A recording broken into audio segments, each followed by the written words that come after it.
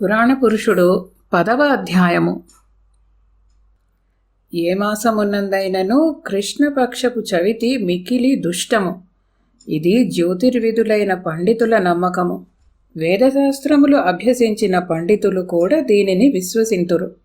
అథర్వణ వేద శాఖకు చెందిన వారి మతము ప్రకారము బహుళ చతుర్థి అభిచార మారణ హోమములు సంకల్పించుటకు మిక్కిలి బలిష్టము. ఈ వర్గీకరణము వేద పండితులకు గల నమ్మకమే కాని వేద ఋషులకు కాదు. ఋషులకు పాప సంకల్ప బుద్ధి లేదు కనుక ఏ తిథి ఎందైనను దోషము లేదని వారి నిర్ణయము. సంకల్పమును బట్టి జీవులు ఫలములు అనుభవింతురు. వైశాఖ బహుళ చతుర్థి నాటి సూర్యాస్తమయము తరువాత సూరసేన మధురలో ఒక వణిక్ శ్రేష్ఠుడు తన భవనమున 3వ అంతస్తున హంసతూలికా తల్పముపై సుఖాసీనుడై ఉండెను. అతడు పెందల కడనే షడ్రసోపేతమైన కలమాన్న భోజనము పూర్తి చేసి వచ్చి కూర్చుండి భార్యతో సరస సల్లాపములు చేయుచుండెను. తన కొరకు తాంబూల కరండమును కొనివచ్చుటకై భార్య ఆ ప్రక్క గదిలోనికి పోయెను. ఆమె తిరిగి తాంబూల పళ్ళెరములు పట్టుకొని ప్రవేశించుసరికి విశాల గవాక్షము నుండి 3 మనుషులు తటాలున లోనికి దుముకుటయు దుమికి వణిక్ శ్రేష్ఠునిపై నల్లని వస్త్రము కప్పి అపహరించుకొని పోయి ఆ 3వ అంతస్తు పిట్టగోడ దాటి మాయమగుటయు మెరుపు మెరిసినట్లు జరిగెను. వణిక్ శ్రేష్ఠుని భార్య దిగ్భ్రాంతయై హాహాకారములు చేసెను. సౌధము నలువైపుల నుండి పరిచారకులునో బంధువులునో వచ్చి చూచుసరికి ఏమీయునో లేదు. సమయము మించి చేయి జారిపోయినది. అందరూ అటూ ఇటూ తిరిగి అంగలార్చుటయే కాని ఏమి చేయుటకునో సాధ్యము కాకపోయెను. అందు ధైర్యవంతులైన యువకులు మాత్రము చీకటిలో పిట్టగోడ వరకు పోయి నలుదిక్కులు చూచి తిరిగి వచ్చిరి. ఆ వణిక్వరుడు సూటిగా ఒక శకటముపై మూట కట్టినట్లు ఎక్కింపబడెను. క్షణములలో శకటము పరుగెత్తి అదృశ్యమయ్యెను. అచటికి సమీపమున గల 3 పర్వతముల నడుమ లోయలోనికి పోయి శకటము నిలబడెను. వణిక్ శ్రేష్ఠుని ముసుగు తీసి విడిచిపెట్టిరి. అతడు కనులు తెరిచి చూచుసరికి 3 వైపులా బల్లెములు చూపుచూ నిలబడియుండిరి. వణిక్ శ్రేష్ఠుడు కన్నులు నులిమికొని నలుదిక్కులు పరికించెను. అది శ్మశాన భూమి. అందొక పెద్ద పుర్రె కన్నులలో నుండి సుగంధ ధూమములు జాళ్లు కట్టి వెలువడుచున్నవి. పుర్రె ముఖమున అర్ధచంద్రాకారముగా కుంకుమ రేఖలు దిద్దబడి ఉండెను. దాని ప్రక్కనొక చింత చెట్టు, చెట్టున కానుకొని కొన్ని ఎముకలు హస్తి పంజరముగా పేర్పబడి నిలిచి చూచుచుండెను. సమీప భూమి యందు నరకిన గొర్రె తల ఒకటి, ఎద్దు తల ఒకటి పడవైచి ఉన్నవి. ఒక తీగెల బోనులో కొన్ని కొండపీతలు టకటకలాడుచున్నవి. మరి ఒక తీగెల బోనులో పెద్ద మండ్రగబ్బలు కొండెలు పెట్టి తీరుబడిగా ప్రాకుచున్నవి. ఒక పళ్ళెరమున 2 పెద్ద చేపలు అన్యోన్య పుచ్చాభిముఖముగా అమర్చబడి ఉన్నవి. సమీపమున ఒక ఎత్తైన దిబ్బపై పులి చర్మము పరిచి ఉన్నది.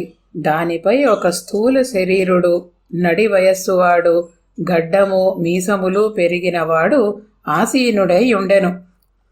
బండరాతి చుట్టూను సముద్రపు కెరటములు ఘర్షణ చెంది వెనుదిరిగి జారిపోవుచున్న నీటి జాళ్ల వలె అతని బట్టతల చుట్టూను కొన్ని వెంట్రుకలున్నవి. అతని చెవిపై ఒక తొండ ఎక్కి కూర్చుండి నిక్కి ఊగిసలాడుచున్నది. అతడు ముండకౌశికుడను కపాలికుడు, చెండకౌశికుని శిష్యుడు. ఆ ఇరువురును విశ్వామిత్రుని వంశము వారు. ముండకౌశికుడు తన గురువు సన్నిధిలో కొన్ని అధర్వణ మంత్ర విద్యలను కూలంకషముగా నేర్చెను. అందు చిట్ట చివరగా నేర్చిన విద్య పిశాచములను సృష్టించునట్టి ప్రక్రియ. దానిని సప్రయోగముగా అతనికి సంక్రమింపజేయుటకై చెండకౌశికుడు ఆనాడు తంత్రసిద్ధికి కావలసిన సంభారములను సమకూర్పుమని ఆజ్ఞాపించెను. దాని ఏర్పాట్లు జరుగుచున్నవి. కంసుడు దేవకి అష్టమ గర్భమునకు భయపడి కొన్ని అహోరాత్రములు నిద్రింపక వ్యగ్రుడై ఆలోచన చేసెను. తన మామ జరాసంధునితో చెప్పుకొనుటకు పోవలనని తలచెను గాని అభిమానం అడ్డు వచ్చెను. మొదలు జరాసంధుడన్నచో అతనికి తగని భయము, జరాసంధుని అభిమానము లేనిదే తాను చండకౌశికుని ఆశ్రయించుటకు వీలు పడదు. తుదకు మార్గము లేక కంసుడు ముండకౌశికుని ఆశ్రయించెను. ముండకౌశికుని ఆదేశమున కంసుడు తన రహస్య భటులచే ఒక వణిక్వరుని తంత్ర ప్రక్రియకై అపహరించి తెప్పించెను. నగరమందలి క్షత్రియ కుటుంబములలోని ఒక స్త్రీ శిశువును పురుష శిశువును కూడా అపహరించి శ్మశానమునకు పంపెను. విల్లంబులు ధరించిన ఒక క్షత్రియ యువకుని కూడా బంధించి తెప్పించిరి. ఎర్రని గుర్రపు పిల్లను ఒకదానిని కూడా కొని తెచ్చిరి. కంసుని రాకకై ముండకౌశికుడును పరివారము ఎదురుచూచిరి. కంసుడు ఇంకనూ రాలేదు. చంద్రోదయమగుచున్నది. చండకౌశికుడు ప్రత్యక్షమయ్యెను. మండ్రగబ్బ డెక్కల వలె వంపులు తిరిగియున్న బలిష్టమైన కండరములతో, డెక్కలతోడి మండ్రగబ్బ ముఖము వలె ఆకారము కలిగిన ఛాతీతో, మండ్రగబ్బ దేహము నుండి తోకవైపునకు గల ముడుతల వంటి ముడుతలు కల సన్నని కడుపుతో, నడుముతో చండకౌశికుడు వజ్రకాయుడై భయంకరుడై నిలబడెను. బ్రతికియున్న నల్ల త్రాచొకటి యజ్ఞోపవీతముగా వ్రేలాడుచుండెను. నల్ల పొడల పింజరి చర్మముతో కుట్టిన చెడ్డీ ధరించి అతడు కాషాయ వల్కలమును భుజములపై వ్రేలాడదీసి చేతులలో దండ కమండలములు ధరించి వెన్నెలలకు పరాంముఖుడై నిలిచెను. అతని విశాలమైన గుండ్రని కన్నులపైన వంపులు తిరిగిన కనుబొమలు చిన్న నల్లత్రాచు పిల్లలు కదులుచున్నట్లుండెను. చండకౌశికుడు: సంభారములు ఆయత్తము చేసితిరా? ముండకౌశికుడు లేచి నిలబడి సాష్టాంగ దండ ప్రమాణము చేసి ఇట్లనెను: చిత్తము, తామాజ్ఞాపించిన ప్రకారము విధి విధానముగా తంత్ర సామగ్రిని సమకూర్చితిమి. చండకౌశికుడు: కాలపురుషుడగు కాలభైరవుని దేహమును 12 రాసుల జీవరాశుల పేర్పుతో ఆపాదమస్తకము నిర్మాణము చేయవలెను. ఈ ఆకాశమున శైలపుత్రియగు జరాదేవి గర్భాండమును నిర్మింపవలెను. దానియందు కాలపురుషుని అవయవములను పిండోత్పత్తిగా చైతన్యవంతములను చేయవలెను. ఆకాశమందలి 12 రాసులకును భూమిపైన క్రతు ద్రవ్యములు పేర్చి హోమము చేయవలెను. గొర్రెతల, ఎద్దుతల, స్త్రీ పురుష శిశువులు సిద్ధముగా ఉన్నారనుకొందును. వణిక్శ్రేష్ఠుడు కొనిరాబడెను కదా. ఈ జీవులను హోమముఖమున బలి ఇచ్చుటకు నీ క్రొత్త శిష్యుడెవరో కంసుడు వచ్చునంటివి కదా. రాలేదు, అతడు రాలేడు. నీకు శిష్య వ్యామోహమే గాని శిష్య పరీక్ష చేత కాదు. ముహూర్తము ఆసన్నమగుచున్నది. నీకు సిద్ధులు కావలసినచో వేచియుండుటకు వీలు పడదు. నేను యజ్ఞమును ఆరంభించుచున్నాను. ఇట్లు పలికి చండకౌశికుడు ఒక ఇనుప చువ్వతో భూమిపై ఒక పెద్ద నరుని ఆకార రేఖలు తొలిచెను. అందు కర్పూర ఖండములను మంచి గంధపు చెక్కలను తొలుత హోమము చేసెను. ఆ బొమ్మ శిరస్సున గొర్రెతల, ముఖమున ఎద్దుతల నిలిపెను.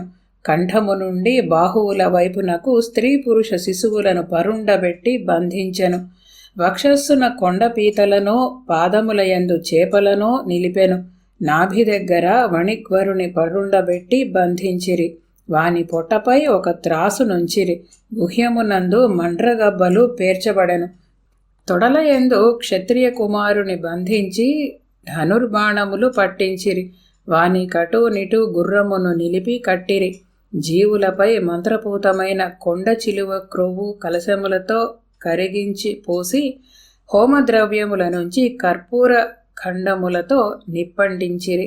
ముండకౌశికుని చెవి మీదనున్న తొండ తటాలున దుమికి మంటలో పడి మాయమయ్యెను. పురుషాకృతిగా పేర్చబడిన కాలపురుషుని అంగములైన జీవరాశులు అంటుకొని గాలిలో బుస్సుమని శబ్దములతో జ్వాలలు రేగుచుండెను. గురు శిష్యులిద్దరూ సస్వరముగా అధర్వణ మంత్రములను ఘోషించిరి. చండకౌశికుడు: మద్యకుండిక కొనిరమ్ము. ముండకౌశికుడు: క్షమార్హుడను, ప్రమాదవశమున మరిచిపోయి తిని. అతడు గడగడ వణికిపోయెను. చండకౌశికుడు ఉగ్రుడై ఘీంకరించెను. అంతలో దూరము నుండి హోమజ్వాలను గుర్తుపట్టి ఆ దారి వెంట కంసుడు అతి వేగముగా పరిగెత్తుకొని వచ్చి అచటికి చేరుకొనెను. కంసుడు, నేను మద్యకుండికను కొనివచ్చి తిని. చండకౌశికుడు, స్నానము చేసి తెచ్చితివా లేదా? కంసుడు, స్నానము చేసి ధౌత వస్త్రములు ధరించి శుచిగా వచ్చి తిని. చండకౌశికుడు, తంత్ర విధానము ప్రకారము త్రాగుబోతు కొని వచ్చిన మద్యము పనికిరాదు. కానీ ఇప్పుడంతకన్నా గతి లేదు. దీనిని కొనివచ్చువాడు నియమవ్రతుడు ఆజన్మ బ్రహ్మచారి కావలెను. నీవు అహోరాత్ర స్త్రీ లోలుడవు కానిము. అవిధినా కృతం అకృతం, ఎవనికెంత ప్రాప్తమో వానికంత సిద్ధి లభించును. దీనికి కర్తృత్వమో నాది కాదు కనుక ఫలము కంసునికి చెందును. సిద్ధిలోని బలాబలములు ఈ ముండకౌశికునికి చెందును. ముండకౌశిక, మద్యముతో హోమము చేయుము. కంస, ఇది నీ పానశేషము కాదు కదా. దోషమున్నచో 12 సంవత్సరముల లోపున మరణించగలవు. కంసుడు భయభీతుడై చిత్తమనెను. ముండకౌశికుడు మద్య కలశమందుకొని హోమం ఆరంభించెను. మొదటి హవిస్సునకు చురచురమను శబ్దముతో గాలిలోనొక గొడుగు వలె మంట లేచి బ్రద్దలై మాయమయ్యను. అందుండి ఒక స్థూల శరీర దిగంబరి ఊర్ధ్వకేశిని కరాళ దంశ్రాముఖియగు ఒక పిశాచము ఉద్భవించి మాయమయ్యను. రెండవ హవిస్సున రేగిన మంట నుండి సుడిగాలులు బయలుదేరెను. అందుండి మండుచున్న ఎండుగడ్డి పరకలు వెలువడెను. మూడవ హవిస్సు మంట నుండి వికటాట్టహాసములు చేయుచు ఒక శిరస్సు కనిపించెను. దాని క్రింద వేగముగా తిరుగుచున్న బండి చక్రము పొడచూపి మాయమయ్యను. నాల్గవ హవిస్సున ఒక పెద్ద కొంగ వంటి పిశాచము పుట్టి అదృశ్యమయ్యను. ఐదవ హవిస్సుతో గాడిద తలతో ఒకడు, ఆరవ హవిస్సు నుండి ఆవు దూడ దేహముతో ఒకడు ఉద్భవించి అంతర్హితులైరి. ఏడవ హవిస్సు నుండి పర్వతాకారుడైన ఒక రాక్షసుడు ఉద్భవించి కంసుని కబళింపబోయెను. ముండకౌశికుడు కమండలవును పైకెత్తి, ప్రలంబ శాంతింపుము అని అరచెను. ప్రలంబుడు మాయమయ్యను. చండకౌశికుడు, సంతోషము, నీకు భూతదమన సామర్థ్యమున నేర్పరితనమబ్బినది. నీ ఈ సిద్ధిని పరీక్షించుటకే నేను ప్రలంబుని కంసునిపైకి పంపితిని. 8వ హవిస్సుతో మహాకారమైన ఒక కొండ చిలువ ఉద్భవించెను.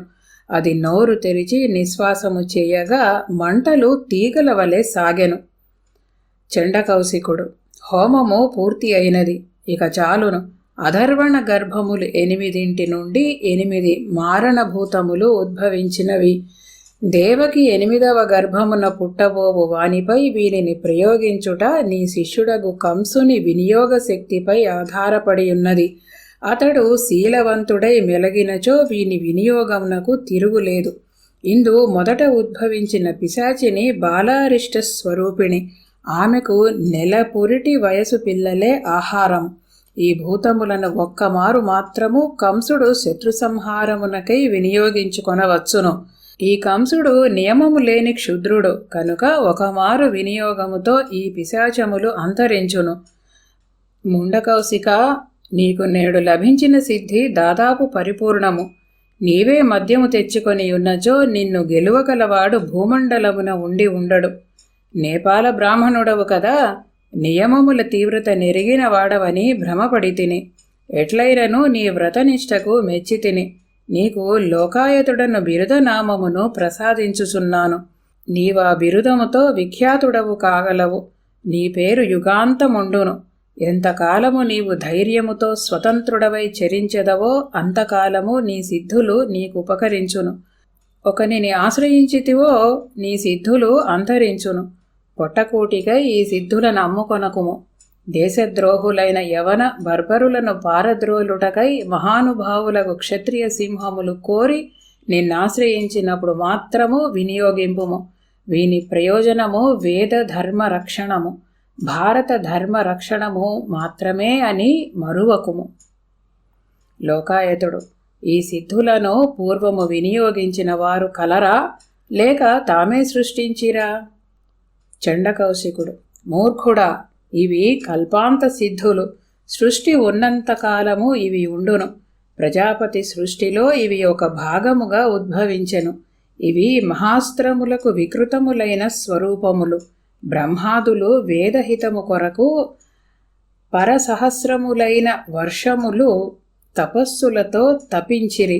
తత్ఫలితముగా క్షాత్రధర్మ రక్షణమునకై మహాస్త్రములను తమ తేజోమూర్తులుగా దర్శించిరి. వానిలో క్షుద్రములైన రూపములే ఈ పిశాచములు. మన కులగురువులకు కౌశిక విశ్వామిత్రులు పూర్వము వీనిని మంత్రరూపములుగా ఛందస్సులలో నిబద్ధము చేసి రజస్తమోమయ జన్మలు కల తమ శిష్యవర్గము వారికి ప్రసాదించిరి. వారి వంశము వాడు గాధిపుత్రుడు నగు విశ్వామిత్రుడు సత్యమయములైన మహాస్త్రములను వేరుగా అభిమానించి రక్షించుకొనెను. కృశాశ్వుని ప్రసాదముగా వడసిన సత్వసిద్ధులను ఆరాధించెను. కాలపురుషుడు రఘువీరుడుగా దిగివచ్చినప్పుడు వానికి ఉపదేశించెను. లోకాయతుడు: కాలపురుషుడనగా పురాణ పురుషుడేనా? చండకౌశికుడు: అవును. లోకాయతుడు: అతడు అష్టమ గర్భమున దిగివచ్చునని పరాశర మహర్షి పొడుపు కథగా చెప్పెనట. చండకౌశికుడు: వాడెవడు? విదేశీయులైన దాసవంశము వారి పెండ్లిగాని దానితో సంపర్కము చెందిన భ్రష్ట బ్రాహ్మణుడేనా? నీకు వాడొక మహర్షియా? వీరందరూ ఋషులైనచో ఈ భరతభూమియందు వేద పనసలు వల్లించి సువర్ణములు యాచించుచు తిరుగునట్టి బక్క బ్రాహ్మణులందరూ ఋషులే అగుదురు. పరిప్రశ్నము చేయుటకు కూడా నీకు అధికారము చాలదని తెలియచున్నది. కారాబద్ధులైన దీనుల గర్భము నుండి దిగువచ్చునట్టి అల్పుడా కాలపురుషుడు? ఇప్పుడు కాలపురుషుని అవతారమెవడైనా కలడన్నచో అతడు మా జరాసంధుడొక్కడే. అతడొక్కడే ఈ క్షుద్రులగు రాజులను కాలభైరవునకు బలిపెట్టి అఖండ భరత సమ్రాట్టుగా పట్టాభిషిక్తుడై వేదధర్మమును ఉద్ధరింపగలడు.